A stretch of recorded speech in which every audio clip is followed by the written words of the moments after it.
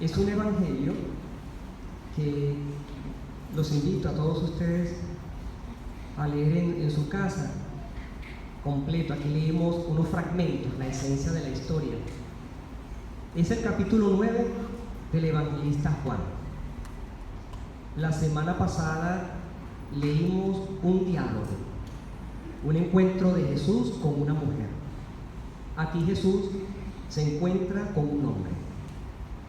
Y este hombre, dice aquí, era ciego de nacimiento. Cada vez que hay un enfermo como protagonista en el evangelio, yo explico siempre lo mismo, para que entendamos cómo se siente una persona enferma en el tiempo de Jesús. Los judíos pensaban que la enfermedad era una cuestión tan maligna que indicaba una maldición. Era una maldición. Y no solamente la enfermedad, sino algunas cosas cotidianas que nosotros hoy en día explicamos con la medicina tranquilamente, pero también todo aquello que tiene que ver con lo que uno posee, los bienes. La abundancia era signo de bendición. La escasez era signo de maldición. A Jesús le preguntaron siempre acerca de esto. Y cuando se trata de la enfermedad, por eso los invito a que lean el Evangelio completo, cuando le preguntan acerca de la enfermedad, Jesús aclara una cosa que nosotros, parece mentira, después de tantos siglos, no hemos entendido. Jesús ya responde que eso no es propiamente una maldición. Él voltea la situación y dice: la desgracia, colóquele cualquier cosa de las que hemos nombrado negativas, es para que se manifieste la gloria de Dios. Esa es la perspectiva de Jesús.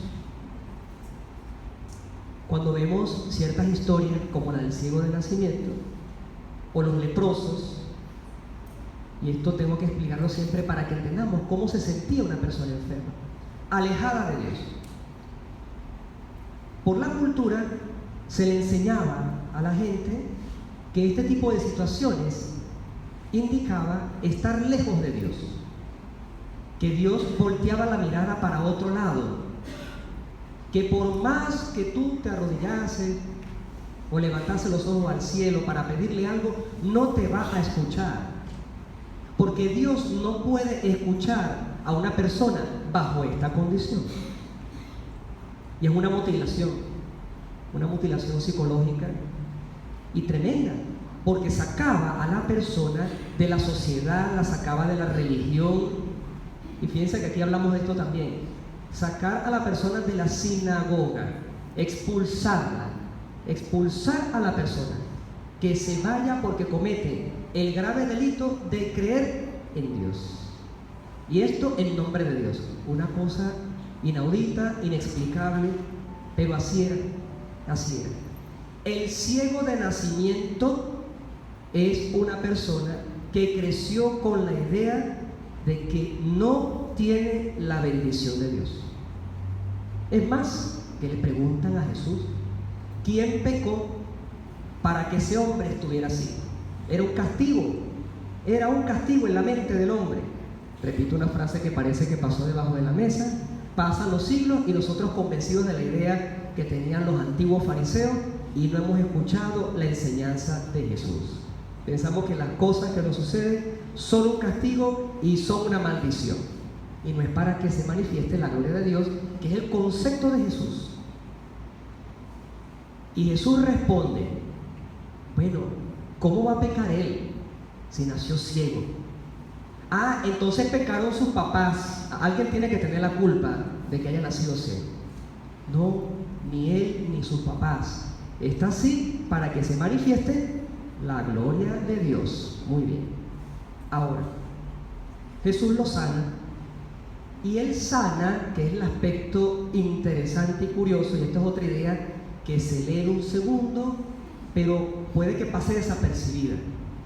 Jesús sana haciendo ¿qué? ¿Cómo sana al ciego? Inventa un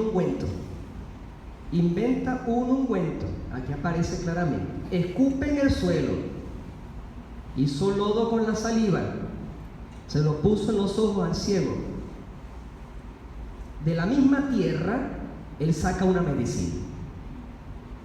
Ahora, Él es Dios, puede hacer esto, pero ¿qué quiere decir esto? También nosotros podemos hacer como Jesús. Buscamos quién sabe qué cosa sobrenatural cuando los elementos del mundo son los que pueden darnos la sanación. Bueno, precisamente la ciencia ha avanzado mucho a través de los siglos en esto. ¿Cuántas cosas no han inventado? ¿Es que acaso una medicina, una pastilla, un fármaco, lo que sea, tiene algún elemento que sea extraterrestre? Los elementos naturales se juntan, se estudian y crean esta reacción. Bueno, eso desde el punto de vista material. Pero yo me pregunto, yo que no soy un científico que inventa estas cosas, soy un cristiano que tiene a la mano otras cosas para sanar también a la gente. ¿Cuáles son esas cosas? Esa es la tarea de la semana. Ver qué es lo que está a mi alrededor, qué es lo que yo puedo agarrar, qué es lo que está frente a mí. Porque Jesús no tuvo que irse quién sabe a qué río o qué montaña. Él escupió allá en sus pies, allí, en la tierra que estaba allí. Una cosa que estiras la mano y la agarras enseguida. Una persona tiene una grave necesidad. Fíjense bien la desproporción que hay entre estar ciego desde siempre y agarrar lo que tienes allí para sanarlo. El examen de conciencia es cuántos de nosotros vivimos estas situaciones tremendas, inauditas, y algunas cosas las tenemos a la mano. ¿Qué es lo que tenemos allí? Es la gracia de Dios que nos ayuda. Esa es la primera enseñanza. Jesús no tiene que buscar quién sabe qué cosa de otro lado. Está allí, allí. Lo toca, le unta los ojos allí con ese preparado que él hace de saliva y baba. Ahora, lo toca significa que tiene un contacto. Que tiene un contacto. Hay muchas maneras de establecer contactos. En un mundo tan globalizado como el nuestro, donde la información viaja en cuestiones de segundos, sin importar distancias, tú puedes tocar a alguien de alguna manera, sin que esté justamente frente a ti. Pero eso es periférico. Lo que es fundamental es que la persona estaba frente a Jesús, tenía allí, y lo hace, no pierde la oportunidad. Este es un evangelio que con esta acción de Jesús combate la indiferencia. Me importa el que tengo frente a mí. Eso es lo que significa. Lo toco, el que está ahí al frente, me importa a quien yo tengo frente a mí. A veces grandes cosas, grandes proyectos de personas que se encuentran a kilómetros de distancia, no nos suceda como el rico Epulón del Evangelio de Lucas, que se le estaba muriendo un hombre en el umbral de la puerta de su casa. Allí, en la puerta de su casa, llamado Lázaro, ese hombre que efectivamente murió y fue al cielo, y el otro se fue al infierno, porque ignoró, porque trató con indiferencia. Jesús dice: ve a la piscina, lávate. Cuando regresa, volvió con la vista. El milagro, fíjense, el milagro es discreto. Es discreto. Esto llama la atención porque mientras hay mucha atención a lo que Jesús hace, no se le presta atención al proceso milagroso. Él fue, se lavó y volvió con la vista. Basta, discreto. Mientras que lo otro es más detallado. En esto, lo que significa el Evangelio es que el milagro se verifica, pero hay algo que es mejor. Hay una sanación que es física.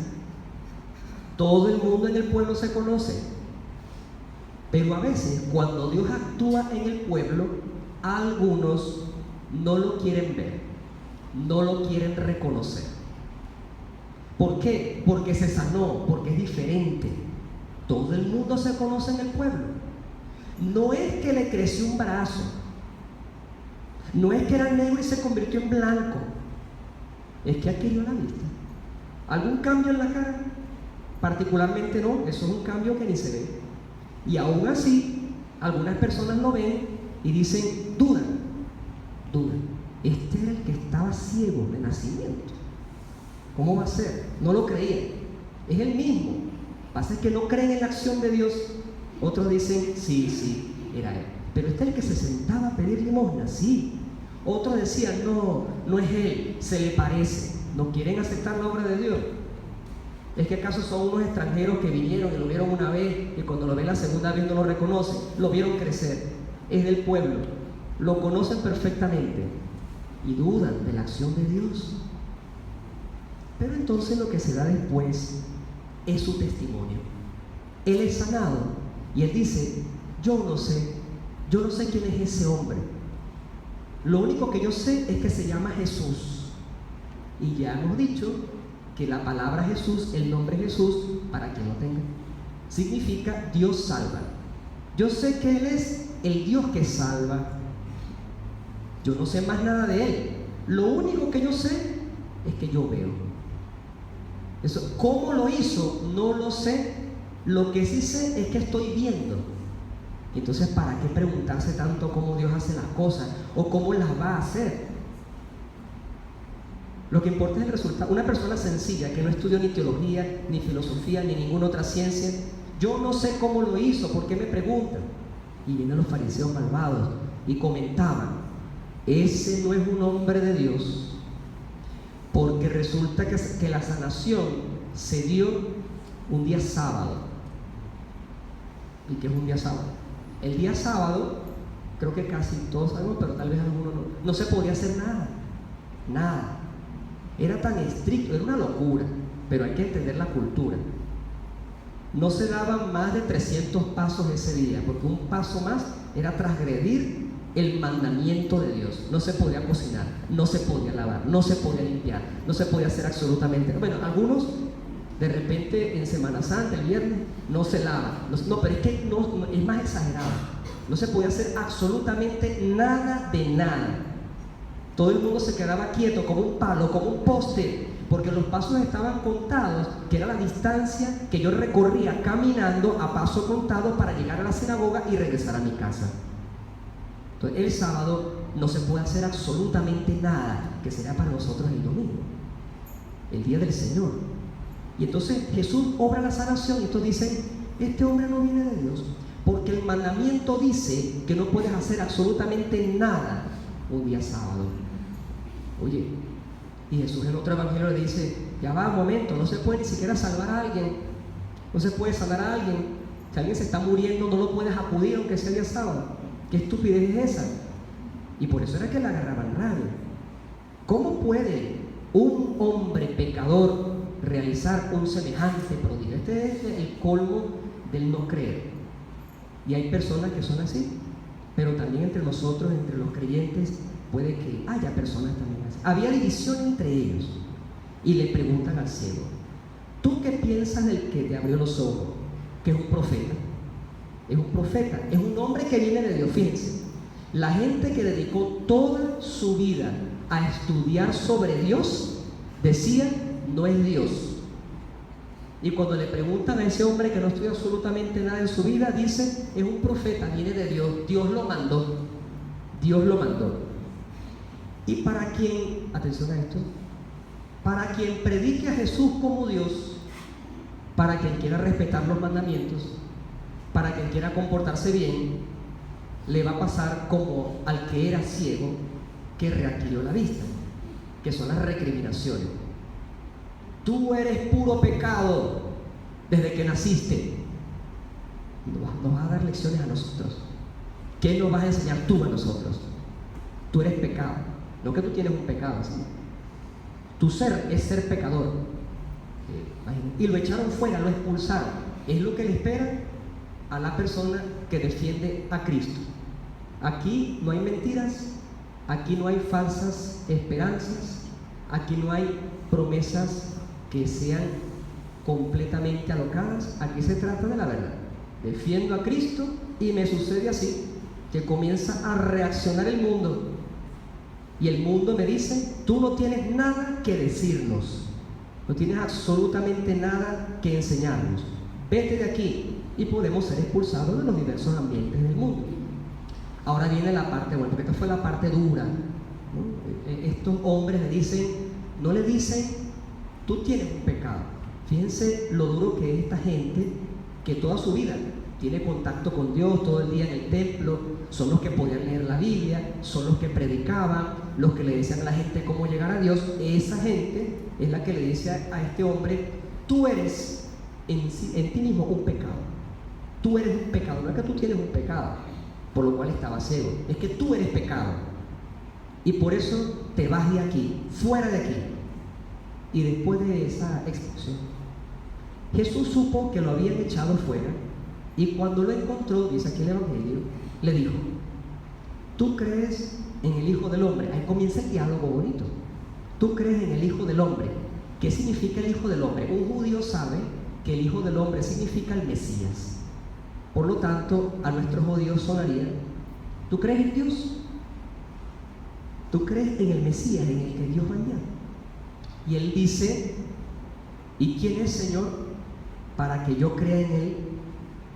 ¿Qué significa esa pregunta? Significa: si tú me dices dónde está o dónde lo puedo encontrar, yo voy a creer. Es un compromiso, él hace un compromiso. No le dice de buenas a primeras: sí, yo creo en Dios. El hombre quiere trabajar, el hombre quiere moverse, el hombre quiere que le pongan una tarea. Si tú me dices dónde está, yo voy y lo busco. Yo voy y lo busco. Y entonces, así como reflexionamos la semana pasada de aquella frase tan hermosa de Jesús a la mujer: si tú supieras quién es el que te está hablando en este momento y quién es el que te está pidiendo de beber, serías tú a pedirle a él que te diera agua viva. Porque el que bebe de esta agua siempre va a tener sed, pero del que bebe del agua que yo le daré, ese más nunca va a tener sed. Y a la mujer se le abrieron los ojos allí. Cuando él dice: ¿dónde está? ¿Qué se iba a esperar? Que lo tenía allá al frente. Lo había sanado, había peleado con los fariseos, se encontró otra vez con el mismo hombre que le preguntó: ¿tú crees en Dios? Y él le dijo: ¿dónde está? Para ir a buscarlo. Y la respuesta de Jesús, de nuevo, entre las más hermosas del Nuevo Testamento, es la que está aquí. ¿Dónde está? Lo estás viendo. El que está hablando contigo, ese es.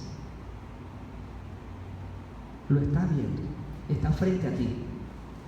El que te enseñaron que iba a venir para restaurar tu pueblo, para dar la paz definitiva, para salvar el mundo entero.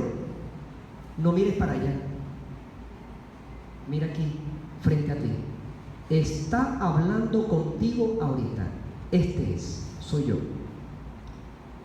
Y él, que no sé qué proceso espiritual tuvo en ese momento, supongo yo que fue una explosión, donde había recibido al inicio una sanación espiritual y tuvo el encuentro de oro, el encuentro de su vida, la oportunidad única.